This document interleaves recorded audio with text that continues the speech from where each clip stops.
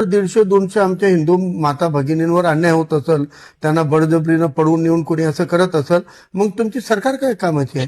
पहिला मुद्दा तर हेमंत पाटलांनी आपलं संपलेलं राजकारण पुन्हा एकदा पेटवायचं असेल, तर राजकारणाची चूल पेटवायची असेल, तर त्यांनी नांदेडमधलं जे कायदा सुव्यवस्था अबाधित आणि गुन्ह्यागोविंदाने सगळे राहत आहेत, या नांदेडची परिस्थिती वातावरण खराब करण्यासाठी बेछूट वक्तव्य करायला नको.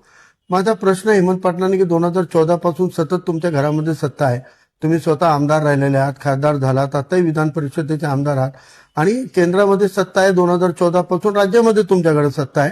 एवढी सत्ता असताना जर 150-200 आमच्या हिंदू माता भगिनींवर अन्याय होत असेल, त्यांना बळजबरीनं पळवून नेऊन कोणी असं करत असेल, मग तुमची सरकार काय कामाची आहे? मग तुम्ही राजीनामे द्या, सरकार सोडा, मग आम्ही येतो सत्तेमध्ये, आम्ही करून दाखवतो तुम्हाला.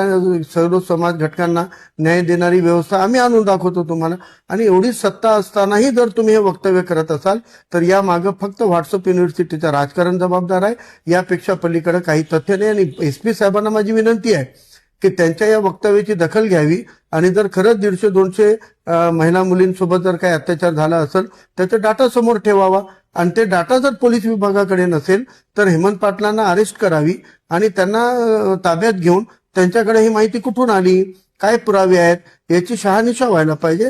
कारण कोणत्याही समाज विशिष्टच्या बाबतीमध्ये गैरसमज पसरून दहशत पसरविण्याचं हे काम आहे आणि दहशतवादी विरोधी कायद्याच्या अंतर्गत त्यांच्यावर गुन्हा दाखल व्हायला पाहिजे. जर त्यांच्या बोलण्यात तथ्य नसेल, तर त्यांनी नांदेडमध्ये दहशत माजवण्यासाठी केलेल्या प्रयत्नाच्या विरोधात त्यांच्यावर गुन्हा दाखल करून त्यांना अटक केली पाहिजे.